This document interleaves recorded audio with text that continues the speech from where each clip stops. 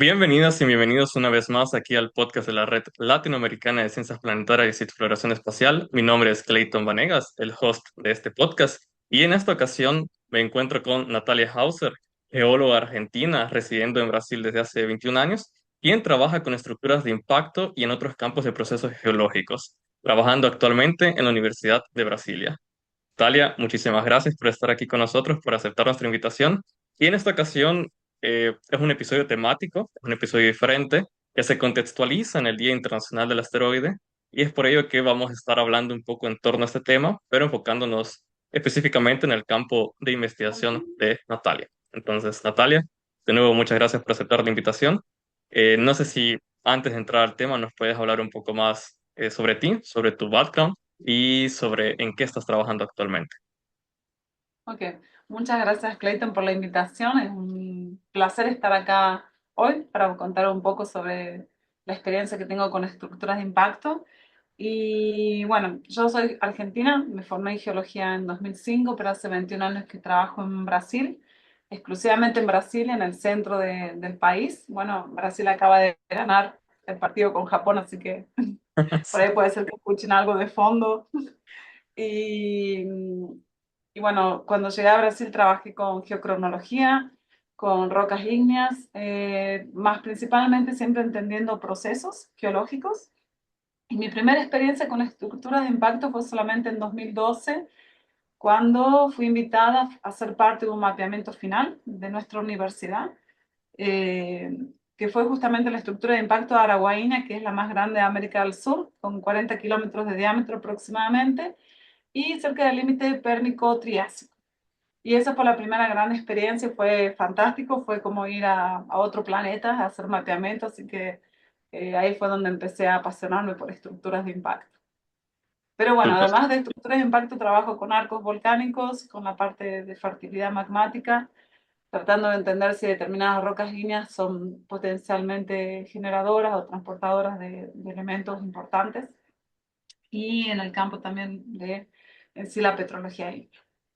Súper. Suena muy emocionante, muy interesante. Y para comenzar, para romper el hielo, aprovechando tu experiencia, ¿no? En el campo de estructuras de impacto y aprovechando también el contexto, ¿no? Del Día Internacional del Asteroide, para empezar, ¿qué es un asteroide? ¿Y por qué tienen un día especial? ¿Por qué se les ha dado un día particular dentro del calendario? Pues el Día del Asteroide no es un día por acaso, 30 de junio no es cualquier día, nos remite a 1908, cuando ocurrió la explosión de un asteroide en la atmósfera arriba de Siberia.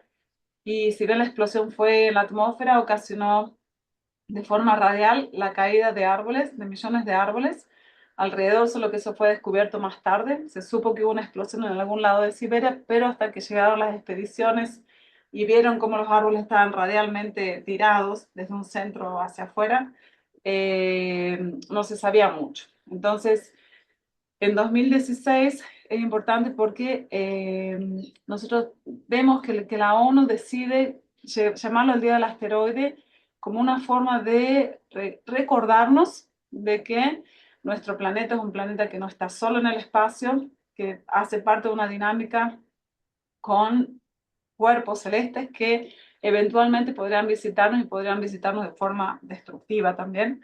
Entonces, es una forma de recordarnos justamente lo que aconteció en 1908 en Tunguska y que puede ocasionar la destrucción en masa, extinciones, y por ahí va. Entonces, es un día muy importante que todos debemos recordar Sí, como terrícolas. un poco sobre la concientización, ¿no? Del, de que no estamos solos y que estamos siempre en este mar espacial con otros actores ahí. Y surge la pregunta de qué tan peligroso puede llegar a ser un asteroide, qué tan catastrófico podría llegar a ser. Muy catastrófico, no es para asustarnos, pero es importante que tengamos noción de este peligro inminente. Cuando uno recuerda el de Chelyabinsk en 2013, creo que fue un 15 de febrero, no se lo vino, no vimos que venía hacia la Tierra porque venía desde el lado del Sol, entonces fue difícil poder prevenir su llegada. Y dentro de los desastres geológicos, por ejemplo, vulcanismo, terremotos, como el que recientemente vimos en Venezuela, o impactos meteoríticos, quizás los impactos meteoríticos sean los únicos o los más fáciles de prevenir. Excepto, bueno, tenemos ese ejemplo de Chelyabinsk en 2013. Pero eso es importante porque al hecho de que podamos saber que están llegando, podemos tener tiempo suficiente para crear una política de protección y en todo caso poder desviarlo de la órbita de la Tierra y no producir una destrucción masiva. Entonces yo creo que sí, pueden ser muy peligrosos. Eh, Nuestra escala de tiempo humana nos muestra que es como difícil de que lleguen a la Tierra, pero bueno, la historia geológica nos muestra que fueron bastante comunes. Sí. Y tú que trabajas particularmente con lo que dejan estos impactos, ¿qué es lo primero que se te viene en la mente cuando escuchas la palabra asteroide? Dentro, como persona, inmediatamente, ¿qué es lo que se te viene a la mente? Una gran papa más o menos ovoides circulando en el medio del espacio y que potencialmente podría llegar y colisionar con la Tierra. Una gran porción de roca que creo que una parte bien linda también es que es como un laboratorio natural antiguo, quizás el más Mm. antiguo, que nos dejó todos los rastros de la evolución de nuestro sistema solar. Entonces yo creo que un poco es como si fuera un laboratorio que está viajando en el espacio que potencialmente podría llegar a visitarnos. E impacta en la Tierra. Y es donde Sí. entiendo yo que deja estas estructuras de impacto que son tu especialidad. Entonces no sé si nos puedes hablar un poco más de eso, que qué son esas estructuras de impacto en sí mismas. Sí. Las estructuras de impacto, hay a veces un problema entre unos dicen cráteres y otros dicen estructuras de impacto. Mm. Normalmente cráteres cuando realmente tienen la forma redondita que vemos en las películas, o si llegáramos a mirar a la luna, vemos esos cráteres bien formados. Y estructuras de impacto es cuando están erosionadas y quedó vestigios de lo que era. Pero Mm. sean cráteres o estructuras de impacto, esas son la cicatriz que una colisión de un proyectil, un asteroide, dejó cuando impactó contra la Tierra. Entonces, esas estructuras de impacto normalmente no las vemos siempre como perfectos cráteres. De Ujú. repente vemos un lago circular, de repente vemos formaciones geológicas que tienen la forma de anillos concéntricos o existen algunas evidencias geofísicas raras que no son comunes en el área, o de repente vemos una red de drenajes de ríos que son circulares también, mostrando que hay alguna estructura circular. Entonces, normalmente esas estructuras de impacto crateras son las cicatrices que un impacto dejó en nuestra Tierra a lo largo del tiempo. Y dejaron su huella ahí en la Sí, geografía terrestre.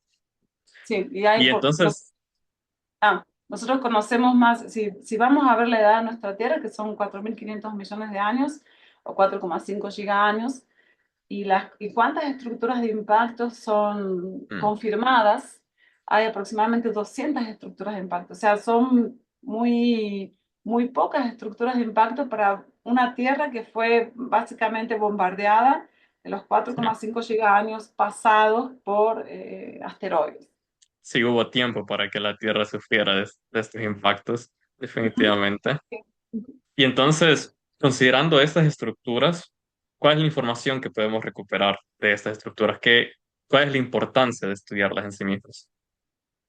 Yo siempre me acuerdo de unas clases del profesor Uwe Reymol, que lo primero que él le dice a los estudiantes y que me parece fantástico es los procesos de crateramiento por impacto, es el proceso geológico que es común a todos los cuerpos sólidos del sistema solar. Mm. Entonces, el hecho de que nosotros podamos tener la dicha de poder acceder a esos procesos acá en la Tierra, nos deja preparados para eventuales misiones futuras en otros planetas o en la Luna. Entonces, la importancia de estudiarlas y entender esos procesos que son tan comunes, saber las presiones y temperaturas que pueden haber llegado los minerales también y tener una idea del diámetro, del tamaño del proyectil también, ¿no? Y junto con saber la edad de esas estructuras, tener un registro de la frecuencia con lo que acontecieron en el pasado también de nuestra historia. Entonces es importante realmente hacer ese estudio porque son procesos comunes, pero al mismo tiempo cuando uno ve las 200 que fueron confirmadas, hay algunas que son parecidas en diámetro, en tipo de roca algo, es decir, dónde fue el impacto, si era una roca ígnea o una roca sedimentaria, pero no dejan de ser únicas las estructuras de impacto. Entonces, todas nos dan una información única para poder armar ese rompecabezas que son esos procesos planetarios. Sí, perderíamos información valiosa si por alguna razón el día de mañana nos despertamos y perdemos todas esas estructuras de impacto, perderíamos esa información que nosotros podemos recuperar a partir de ellas. Sí, sí, yo creo que ella es la que nos deja siempre en claro ver las estructuras de impacto en la Tierra, en los mapas. Normalmente en los mapas vemos que parece que la parte del hemisferio norte está llena de estructuras de impacto y en el hemisferio sur hay menos, excepto por Oceanía. Yo creo que ella nos deja siempre esa alerta de que la Tierra es un planeta dinámico y que no está aislado en el espacio. Sí. Entonces, Y entre, y entre todas estas que has mencionado, y considerando también que ya un poco introduciste esto de la enseñanza, ¿no? De las estructuras de impacto, ¿cuál es la estructura de impacto que sí o sí todas las personas en tu campo conocen? ¿Cuál es la más famosa, la reconocible, la histórica, el modelo por excelencia, si se puede, si hay uno? Sí. sí, yo pondría tres en la lista. Una sería la que todos conocemos, que es Chicxulub. No sé si Ujú. estoy pronunciando bien, pero bueno, es la que está enterrada por debajo del Golfo de México, que está relacionada con la extinción de los dinosaurios hace 65 millones de años. El hecho de que no tenemos acceso a eso, nosotros vemos en productos geofísicos la forma de la estructura, los estratos todos deformados. Para poder acceder al material que fue deformado o que fue modificado o fundido durante ese impacto, necesitamos tener drills, hacer perforaciones. Entonces no tenemos un acceso directo a esa estructura. Pero de todas maneras, la más conocida, yo creo, que la que nadie puede esquecer, la que nadie puede olvidar, la que no le va a pasar por alto a nadie porque está relacionada con una extinción en masa del Sí. final del Cretácico, del límite de Capellette. Y una segunda que yo pondría en la lista sería la estructura de Bredeford en Sudáfrica. Esa se puede ver desde el espacio. Esa y otra que está en Canadá que se llama Sudbury son las dos únicas que se podrían ver desde el espacio por el tamaño que tienen. Y Bredeford es una de las más antiguas. Es la mayor estructura de impacto del mundo y es una de las más antiguas, básicamente del Paleoproterozoico, con 2,1 gigaños.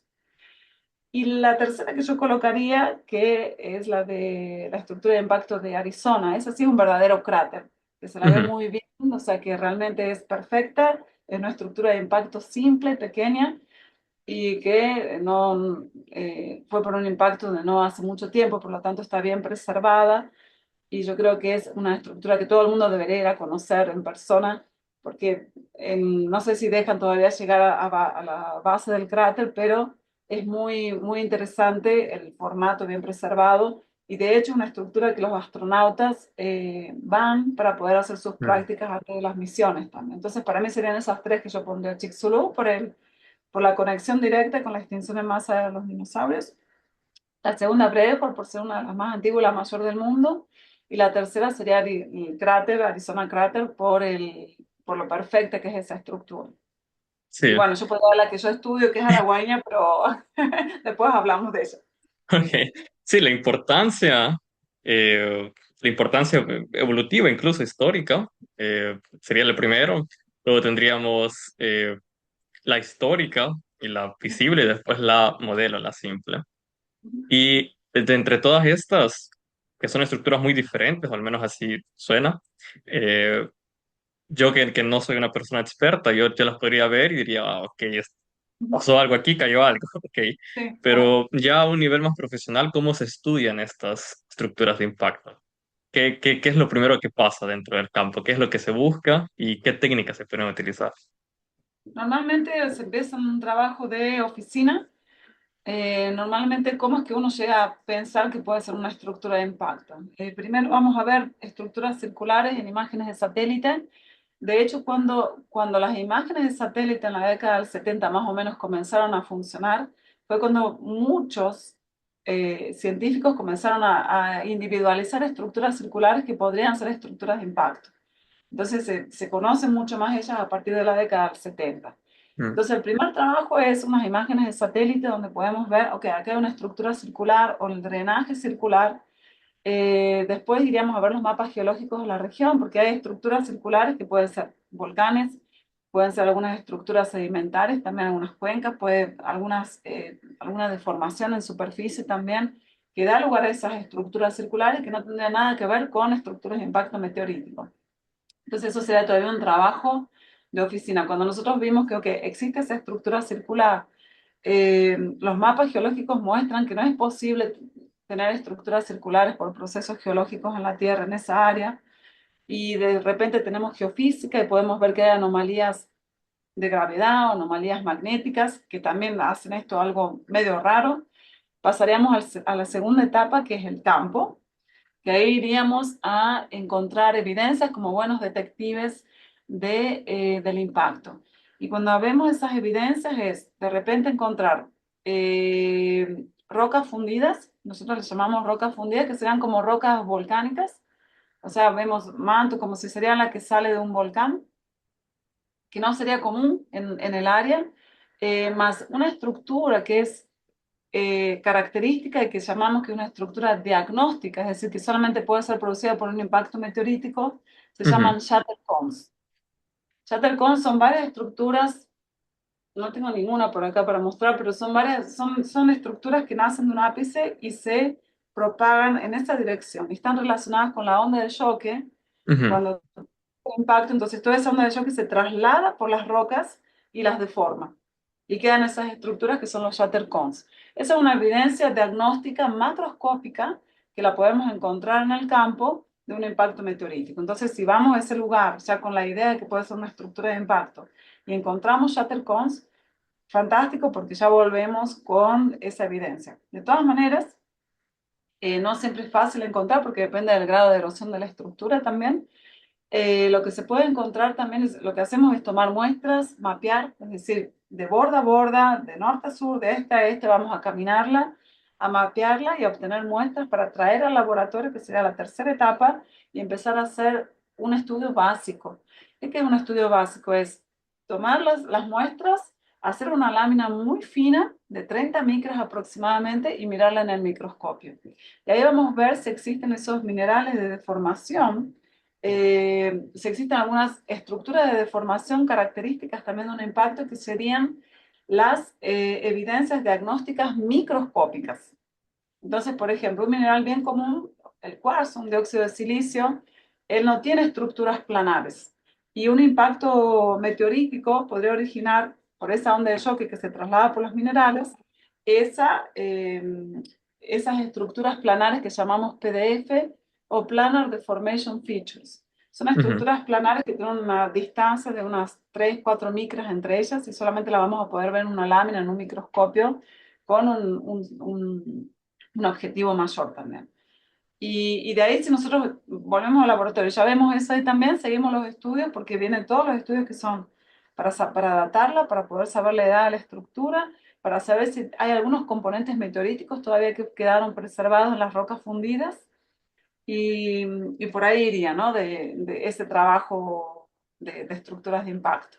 Más comenzaría con un trabajo más remoto, Sí, campo, y volver al laboratorio con muestras. sí, suena muy interesante. Yo jamás me hubiera imaginado que parte del trabajo de las pruebas se encuentra a nivel microscópico.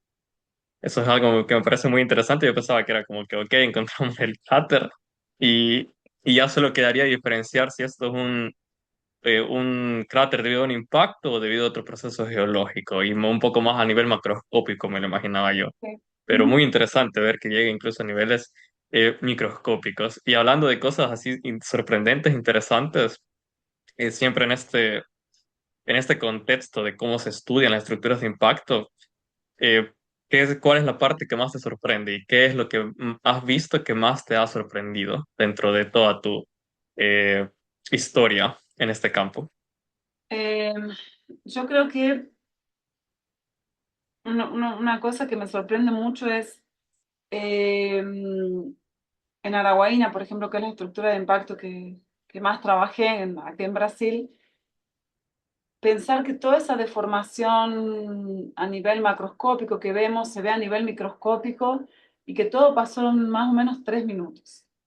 Yo Mm, creo que esa diferencia de tiempo, ¿no? O sea, grandes eh, pliegues decamétricos, rocas fundidas, minerales que indican 30 gigapascales de presión, más de 1500 grados de temperatura y todo pasó con un impacto que demoró más o menos de 3 minutos para generar todas esas evidencias que podemos ver. Eso es lo que quizás me llama más la atención, que un objeto de 2 kilómetros, en el caso de Araguaína, haya ocasionado semejante destrucción en su momento, que son 253 millones de años atrás. Muy sorprendente cómo en un periodo tan breve de tiempo tanta energía se le puede lograr liberar. Y aquí hablas un poco de esta estructura que has estado estudiando, no sé si nos puedes contar un poco más a profundidad sobre ella. Bueno, Araguaína, ella es una estructura de impacto compleja. Están las estructuras de impacto simples, que son como las del cráter de Arizona, que es simplemente una forma circular y el fondo plano. Y las Ujú. estructuras de impacto complejas, como Araguaína, normalmente se producen por impactos de cuerpos mayores.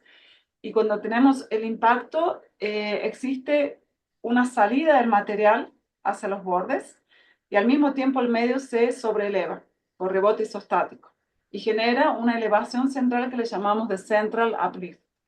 Entonces, Araguaína es una estructura de impacto compleja con 40 kilómetros de diámetro, con un central uplift de más o menos 8 o 10 kilómetros, depende de los autores, y tiene un nivel de erosión de unos 250 metros que dejó justamente un poco de material relacionado con el impacto, más en contacto con el fondo del cráter.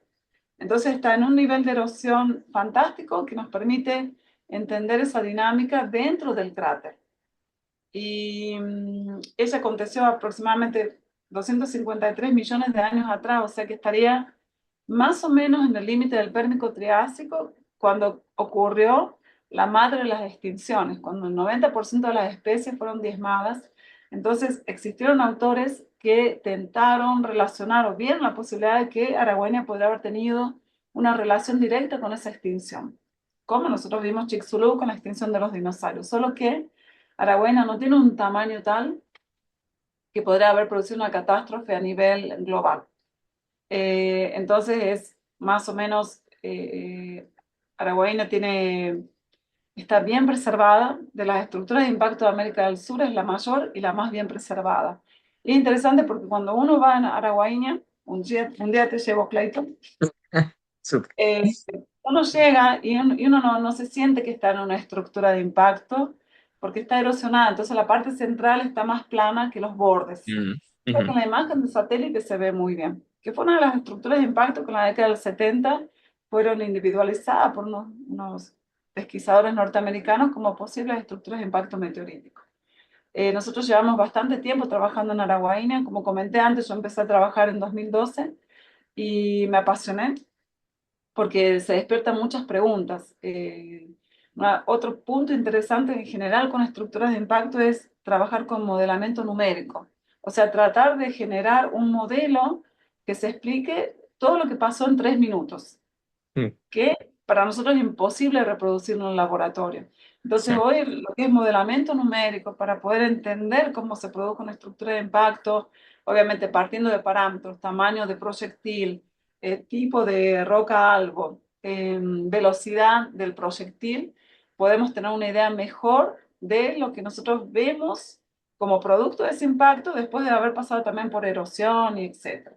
Entonces, Araguaína está entre esas estructuras de impacto que necesitan un modelamiento numérico para entender mejor lo que vemos hoy en superficie. sí, Y sí. bueno, podemos hablar mucho más de Araguaína, pero bueno, es Sí, más o menos. suena muy hermosos presenciarlo y algo que me genera curiosidad es cómo es el terreno. ¿Es desértico? ¿Es selvático? ¿Cómo? eh, Si uno no tuviera la información con anterioridad de que es una estructura de impacto, mm, ¿uno tendría idea de que está ahí o pasa desapercibido? no, Araguaína, ¿no? Sí. podría pasar desapercibido. Solo que, tipo, si hay algunas características como esos pliegues decamétricos que no hacen sentido en ese contexto geológico. Ujú. Hay brechas, es un montón de pedacitos de roca dentro de una matriz más fina que tampoco harían sentido, hay rocas fundidas que tampoco harían sentido. Entonces, en sí no es que uno llega y dice, pucha, estoy en una estructura de impacto. Si uno, obviamente, si uno sabe, sentís esa magia cuando llegás, Sí. pero si uno no sabe, como que se queda medio, ok, ¿dónde están los bordes? No, no los consigo ver. Todo bien, son 40 kilómetros de diámetro, entonces no es que uno Sí. ve tan fácilmente los bordes, pero la parte del centro de la pliegue se ve muy bien. Entonces, si uno la empieza a reconstruir, acá son las brechas polimícticas, esta es la parte de impacto, este es el centro de la pliegue, allá está el borde de la estructura, uno comienza a sentir esa magia de lo que es estar en una estructura de impacto. Suena Pero muy hermoso. el Araguaina está en una zona, está en el límite entre Goiás y Mato Grosso. Y el tipo de vegetación es una vegetación de cerrado, que es muy parecida a la de sabana. Ujú. Entonces, hay bastantes árboles bajos, Sí. pastos altos también. Y bueno, y también por el clima tropical que tenemos, las rocas son bastante alteradas también. Solo que hace 4 años, en 2021, en plena pandemia, la estructura acá hay una ciudad y acá hay otra. Y pasa una ruta que se llama Llevo 100, que une lo que es Mato Grosso con Goiás, y es mucho tránsito de camiones que llevan soja, que llevan otras cosas, y fue asfaltada hace poco tiempo. Y cuando fue asfaltada esa estrada, esa ruta, tuvieron que abrir algunas partes y que nos dejó una exposición fantástica de la estructura, que nos permitió ver mucho más de lo que nosotros veíamos antes cuando no existían esos cortes nuevos de ruta. Entonces Sí, hoy tenemos, una de las pocas veces que escucho de que una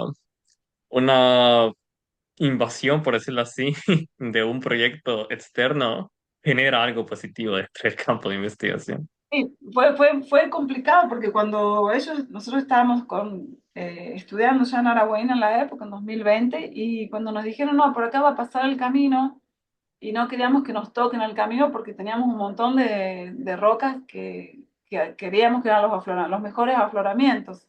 Y bueno, y desviaron esa estrada porque le pedimos que desviaran, tuvieran que hacer una modificación en la geometría de la ruta. Y cuando la modificaron, tuvieron que abrir en otro lado, vimos cosas fantásticas. Así que bueno, fue muy bueno también esa interacción con las empresas, ¿no?, que estaban haciendo el asfaltamiento de esa ruta. Y Súper, dejaron afloramientos fantásticos que vale la pena visitar. súper. Y luego de todos estos años de investigación que ya se tienen en esa estructura, ¿cuáles son las cosas que tú resaltarías respecto a los avances que se han hecho, que se han descubierto específicamente en este caso? Sobre Araguaína, Sí. eh, pudimos mejorar, yo creo, algo que era necesario, era mejorar el entendimiento de la estratigrafía de la roca algo, Ujú. porque las estructuras de impacto normalmente cuando uno va a ver en los sites en internet es importante colocar el dato, cuál es la roca target o la roca algo. ¿Es una roca cristalina? ¿Es una roca sedimentaria?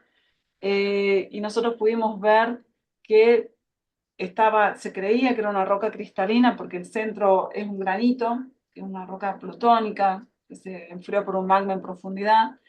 Y la verdad, esa acá fue sumergida después, fue levantada después. No, no es que no fue donde fue el impacto. Sí. El impacto fue sobre rocas sedimentarias. En esa época había una cuenca, que era la cuenca de Paraná, y que en esa época era un mar raso. Entonces muchos decían, no, todo el material, desde lo que era la formación Iratí, que era lo que se estaba depositando en el Pérmico, hasta la base donde estaba el granito, todo fue impactado. Y la verdad nosotros pudimos ver que las primeras partes fueron sacadas de,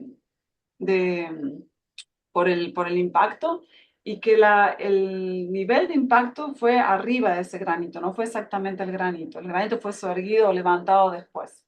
Eso nos ayudó a entender mucho de los tipos de rocas, de brechas de impacto que nosotros tenemos en el área, en las que casi ninguna tiene vestigios de ese granito, porque el granito no participó directamente. Entonces nos deja una idea mejor de cómo fue el proceso de crateramiento en esa estructura. Eso fue por un lado. Por otro lado, pudimos obtener dataciones geocronológicas. Existe un mineral que se llama zircón, que es un esosilicato de circonio que es sumamente usado porque cuando cristaliza él puede incorporar uranio en la estructura. Y el uranio tiene dos isótopos que decaen en plomo y podemos por geocronología saber la edad de ese zircón por dos métodos isotópicos independientes, uranio-plomo. Entonces, si él es modificado durante el impacto, él es como que se resetea el reloj. Mm, Entonces yo puedo contar uranio y plomo y saber la edad de ese zircón más la edad, no de la edad de la formación de la edad en que se reseteó, o sea, la edad del impacto. Entonces pudimos obtener información sobre esa edad que, si bien se acercó mucho a la edad del Pérmico Triásico de la extinción, pero es un poquito más viejo. Y ese fue otro dato súper interesante que obtuvimos. Y en ese mismo zircón es un mineral que va a ser obviamente modificado por el impacto. Pudimos ver por las estructuras que se habían generado en ese zircón de que realmente el impacto llegó a 30 gigapascales de presión, más de 1500 grados de temperatura y casi todas las rocas que tienen esos circones que están en el centro del uplift nos están mostrando lo mismo. Una más para contarte así, para no extendernos demasiado, es, hicimos análisis, uno puede saber si existe una componente meteorítica preservada en las rocas fundidas, ujú. porque cuando el proyectil llega e impacta, muchos piensan que quedó enterrado, y la verdad no. No es que quede enterrado, sino que va, puede ser que en el mismo entrar en la atmósfera comienza a se desagregar, más cuando impacte, cuando va a ser básicamente destruido, incorporado, y ahí es donde podríamos preservar algunos pedacitos de ese meteorito para saber qué tipo de meteorito era en esas rocas. Hasta la fecha tratamos de hacer ese estudio, pero no encontramos todavía evidencias muy claras del tipo de meteorito que habría producido ese impacto. Pero bueno, seguimos en el trabajo para poder entenderlo mejor. Y Araguaina al final representa un excelente laboratorio natural, como toda estructura de impacto, que nos permite acceder a esos procesos que acontecen en otros planetas. Sí, y muy lindo ver cómo se avanza, ¿no? En cada estructura hay avances y voy a dividir en dos partes la pregunta. La primera es, ¿qué información, qué datos relevantes este campo aporta no solo a la comunidad científica, sino que también a la comunidad en general, a la población? Esa sería la primera pregunta. Y la segunda, enlazando con lo último que acabas de decir, respecto, y también con lo que el profesor que tuviste mencionaste que él dice, eh, ¿cómo se estudian esta clase de fenómenos? Cómo sería la diferencia de estudiar esta clase de fenómenos en otros planetas del sistema solar, por ejemplo, ya que esto siempre pasa en otros, no solo en la Tierra, sino que en otros planetas? ¿Cómo sería ese proceso? Son dos preguntas, entonces, como tú Eh, quieras, la bueno, primera, la pero segunda. Ok. la primera entonces era, tipo, ¿cuál es la información que nos da, Sí, no solo como ciencia, sino también para la población? sí, sí. Creo que más allá de la comunidad científica, Sí. la parte más académica, la comunidad científica, más allá de eso, ¿qué es lo que nos deja hacer esta clase de estudios? Yo creo que nos deja la, la idea clara de que vivimos en un planeta dinámico.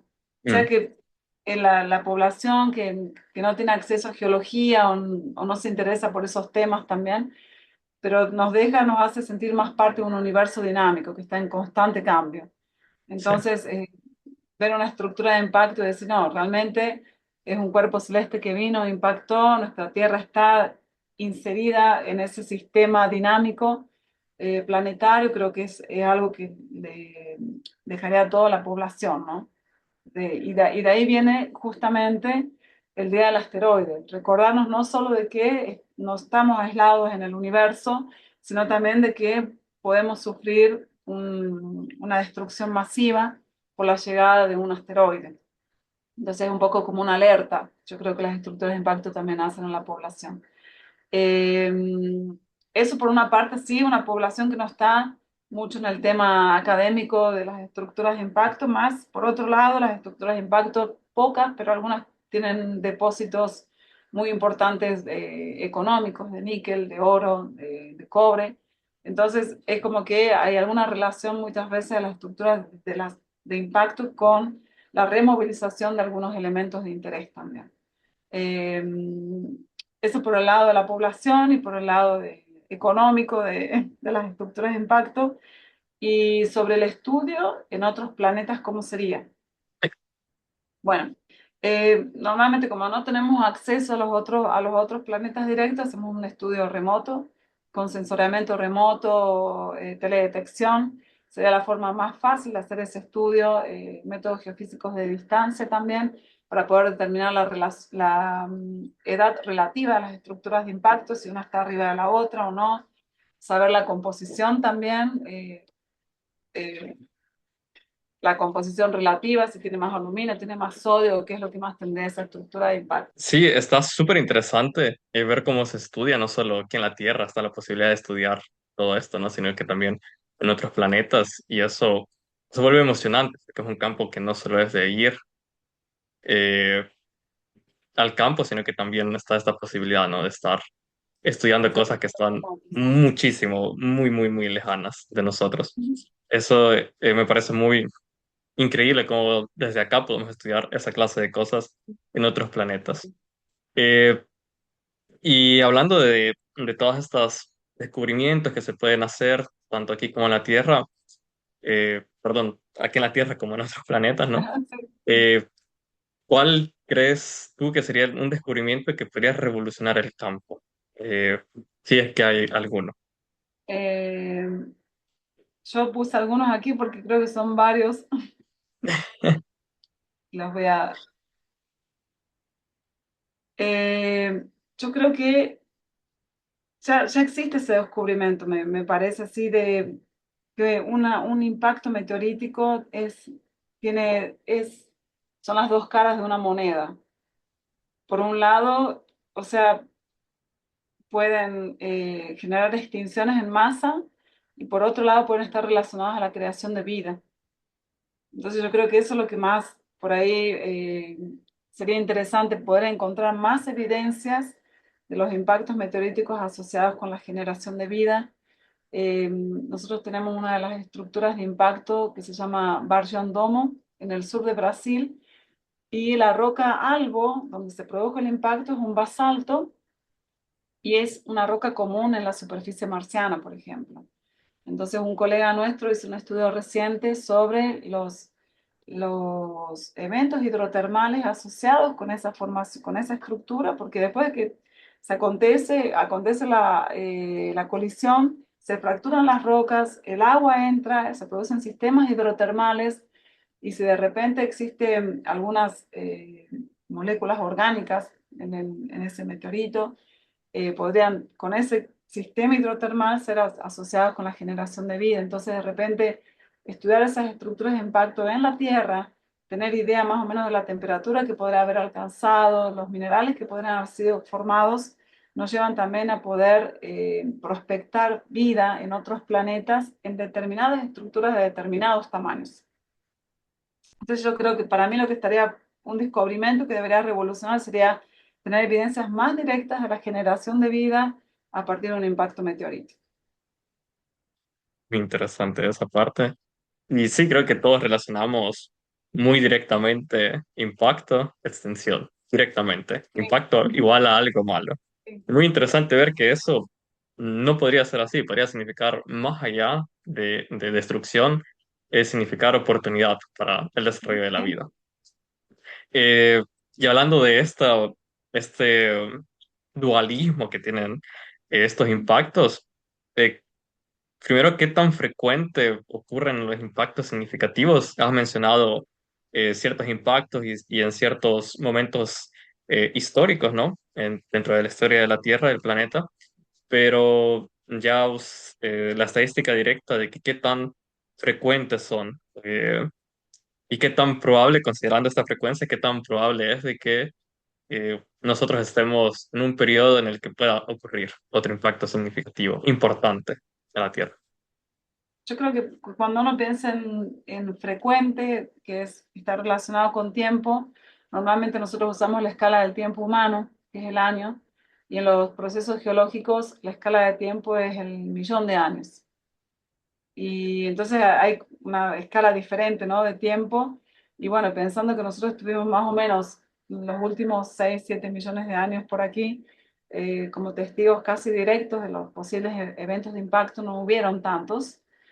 Y cuando uno mira las estructuras de impacto como el registro de las cicatrices del pasado, y viendo que son unas 200 estructuras de impacto, es como que está muy, todavía tenemos poca información para armar nuestro rompecabezas sobre la frecuencia de los impactos. Con certeza, al inicio eran mucho más frecuentes, más después, evidentemente, fueron colisionando, fueron desmembrándose. Entonces, hoy tenemos menos eventos, menos posibilidad de tener eventos de impacto. Es como si tuviéramos un tiempo y acá tuviéramos impactos y nos estaríamos con una tangente acá abajo de que son pocos los eventos que irían a ocasionarse.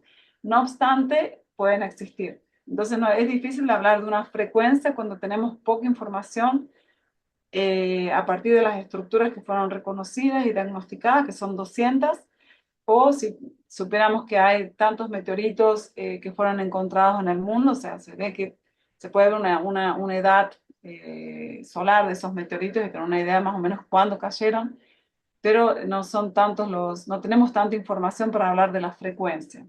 Y muchos y si fue mucho más frecuente al inicio, en el Adiano, por ejemplo, fue prácticamente borradas esas cicatrices.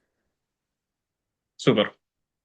Continuando con, hablando de este tema, ¿no? Sobre el peligro de los asteroides, de estos cuerpos espaciales que representan para la Tierra, una pregunta que me genera mucha curiosidad hacer a una persona que trabaja directamente con las heridas que dejan en la Tierra es si crees posible que nosotros podemos manejar de alguna manera, enfrentarnos a estos cuerpos, desviarlos de alguna manera o destruirlos. ¿Qué tan viable crees tú que es esta clase de ideas? Un poco de ciencia ficción, pero que Eh, no se quita la posibilidad que en algún momento sea necesario tomar esta clase de medidas.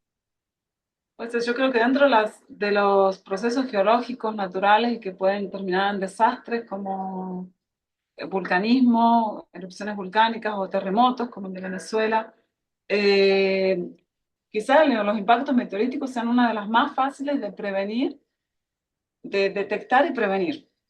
Eso es la parte buena. Mismo así, Chelyabinsk en Rusia en 2013 no fue tan fácil de ser detectada y solamente fue vista cuando ya estaba en la atmósfera porque venía del lado del Sol y no fue fácilmente visualizado. Si bien explotó en la atmósfera, muchas personas fueron heridas por ese meteorito. Entonces, en sí, yo creo que lo que es bueno es de que nosotros necesitamos primero tener el tiempo para poder verlas venir y prepararnos para defendernos. Y de ahí es donde yo creo que cada país debería tener una política de protección de sus ciudadanos, de cómo actuar en un potencial impacto meteorítico. Escenario, sí. Y, por Y ejemplo, la NASA en 2022 es la misión DART. Llegó a desviar un asteroide que le llamó de Dimorphos, que tenía solamente 160 metros de diámetro, que sería como un estadio de fútbol. ujú, Entonces, es pequeñito, pero lo llegó a desviar. Solo que el problema es, ¿será que somos capaces de desviar grandes asteroides? Yo creo que es una parte que todavía necesitamos entender un poco más. Y si llegáramos a desviarlo, ¿será que los fragmentos producidos mm, todavía deberían ser desviados también? ¿Cómo procederíamos a un gran asteroide? Porque es aquí que llegaron a desviar, solamente tenía el tamaño de una cancha de fútbol. O sea, era pequeño. sí, sí, no, no, me representa un gran reto a comparación Ujú. de otros tamaños de asteroides. Y ya entrando a este tema un poco así tangencialmente, Respecto a la defensa planetaria, ¿cuál crees tú que es un mito respecto a este tema? Que de repente existe una mala concepción o un mal entendimiento respecto a este campo en relación, obviamente, a los asteroides. Yo creo que pasa mucho por la población normalmente piensa que esto es ciencia ficción, que vivimos en un planeta aislado que no hace parte de un universo dinámico. Yo creo que el gran mito es pensar que es ciencia ficción y si bien no es que decimos que vemos esto todos los días, pero las cicatrices nos muestran que es muy posible tener grandes eventos de impacto y que necesitamos estar preparados. Entonces creo que el mito es ese, tirar un mito abajo de que no es posible, que estamos aislados, porque no es verdad. Sí, muy interesante ver cómo en realidad, de verdad, y ahí están las pruebas, ¿no? Que vivimos en un planeta que puede recibir esta clase de impactos y que no hay que olvidar eso nunca, no hay que hacer la vista gorda de esa verdad. Y respecto a esto, eh, a todas estas situaciones, ¿no? Que se pueden dar con los asteroides y con los impactos, es algo que se ha retratado mucho en diferentes películas. A lo largo de la historia creo que siempre se ha tenido esa fascinación por preguntarse, bueno, si viene una bola gigante, ¿no? Del espacio, ¿qué vamos a hacer? ¿Cuál es, en tu opinión, la película más realista y la menos realista? Eh, Igual no sé si has visto muchas películas respecto al tema, porque sucede común de que uno no quiere entretenerse con cosas de su propio campo, porque uno lo critica totalmente, ¿no? Entonces, ¿cuál de las que has visto, una que te ha gustado o una escena que has dicho, aquí sí lo han hecho bien? O una Yo creo escena que has dicho, aquí no tienen ni idea de lo que están haciendo. yo creo que todas las Don't Look Up o Armageddon o Impacto Profundo van bastante en la fantasía, la verdad. Pero quizás Armageddon sea una que era un poquito más cerca de la realidad que uno podría llegar a vivir, ¿no? De tener que tratar de desviar la trayectoria y bueno, y Don't Look Up un poco retrata la frustración de los científicos tratando de comunicar este peligro, ¿no? Entonces, Sí. dentro de toda esa ciencia de ficción hay algo de verdad también. Entonces, no es algo así específico que yo digo, no, eso acá lo retrata muy bien. Normalmente los impactos siempre los hacen demasiado eh, que llegan hasta el centro de la Tierra o de repente penetran y tipo así, no son de ese tipo los impactos. Creo que esa es la parte más ficticia que uno siempre ve. ¿Cuál es la recomendación que tú les darías a estas películas? Que tú les dirías, no, aquí, stop, Ah, vamos a cambiar esto, y se hace así. yo creo que deberían ver más modelamientos numéricos porque en esos modelamientos numéricos uno llega a ver la reconstrucción. Es como un video de lo que pasa en 3 minutos. Mm, Entonces yo creo que deberían ver más modelamientos numéricos hechos principalmente por los geofísicos para sí, tratar de recrear un impacto de la forma más realística posible. sí, sería muy interesante ver un resultado así, un poco más realista en Hollywood, o al menos dentro de la industria del cine. Y ya un poco para ir cerrando el tema Ujú. del día de hoy, que nos contextualiza, como ya habíamos mencionado en el Día Internacional del Asteroide, para alguien que lo está escuchando, este podcast, ¿cuál es la idea que te gustaría tú dejar eh, sobre los impactos, sobre las estructuras de impacto? Que la persona que tú desearías que fuera lo que se le queda a las personas con este episodio respecto a tu campo de investigación. Que tú te gustaría que fuera algo que todas las personas conocieran y supieran. Ok. Yo creo que las estructuras de impacto son esas cicatrices de que nuestro planeta está en un sistema espacial dinámico y que si bien ellas pueden producir la extinción en masa de las especies, también podrían crear vida o cambiar la evolución de la vida, porque uno piensa, ok, en los dinosaurios cuando se extinguieron, pero bueno, dejaron varios nichos vacíos y llegó a dar lugar a que los mamíferos se desenvolvieran mejor. Entonces pueden ser que algunas especies sean extintas y otras puedan surgir entre las sombras. Ujú. Entonces creo que las estructuras de impacto nos muestran que los eventos catastróficos destruyen y crean vida y que nuestro planeta hace parte de un sistema dinámico espacial y que es fascinante estudiarlo. Yo creo que a quien le gusta geología, por ejemplo, eh, y nosotros tenemos pocos científicos en América del Sur que trabajan con estructuras de impacto, necesitamos más gente y estudiar estructuras de impacto para mí es la forma más cerca de hacer geología en otros planetas también. Entonces ese sería mi mensaje, que es un campo fascinante, que tenemos más preguntas que respuestas y que necesitamos más gente en este campo. Sí, justo iba a hacer esa pregunta, ¿no? De que, ¿qué, qué oportunidades existen para la comunidad latinoamericana? Al final esto es un podcast, ¿no? De la red latinoamericana y un poco lo que queremos nosotros reflejar con estos episodios es de que existen estos campos, están ahí, se puede hacer ciencia en Latinoamérica. Entonces, ¿qué les dirías tú a personas respecto a las oportunidades, ¿no? que existen en Latinoamérica para hacer esta clase de ciencia? Ujú. Y de un solo para conectar con la última pregunta que siempre hacemos, es ¿qué palabras le darías tú a una persona interesada en tu campo científico, no solo profesional, sino que también amateur o simplemente que les parece interesante, respecto a las oportunidades, ¿no? de hacer ciencias planetarias aquí en Latinoamérica? Em, América del Sur, cuando uno ve un mapa de, de nuestra Tierra y vemos dónde están las estructuras de impacto, parece que los proyectiles estaban todos concentrados en 10 mar, América del Norte, Europa y Oceanía. Y cuando uno va a ver América del Sur, va a ver África, hay pocas estructuras de impacto. De hecho, nosotros tenemos 11 estructuras de impacto confirmadas en América del Sur. Y eso habla un poco por un lado, lo que son los eventos geológicos dinámicos que podrían estar borrando esas estructuras de impacto fácilmente, porque tenemos los Andes, que es un sistema activo en el oeste. Por otro lado, también está hablando de cuánto que nuestra ciencia está ligada directamente con el entendimiento de las estructuras de impacto. Y, y se puede hacer ciencia de ese tipo, se puede hacer ciencia de ese tipo, si bien no tenemos nuestro currículum, por ejemplo, de geología, a una disciplina que sea de geología de impacto, geología planetaria en la graduación. Pero, por ejemplo, de las universidades de Brasil, nuestra universidad creo que es la única que tiene lo que son geología de impacto en la posgraduación. Entonces, se puede hacer ciencia, se puede hacer. Se necesitan más personas, entonces todos los amateurs que por ahí tienen interés de trabajar en esta área pueden hacer geología, pueden hacer geografía, no está restringido solo a geología, podrían hacer geofísica también. Son varias, es un campo interdisciplinario, las estructuras de impacto.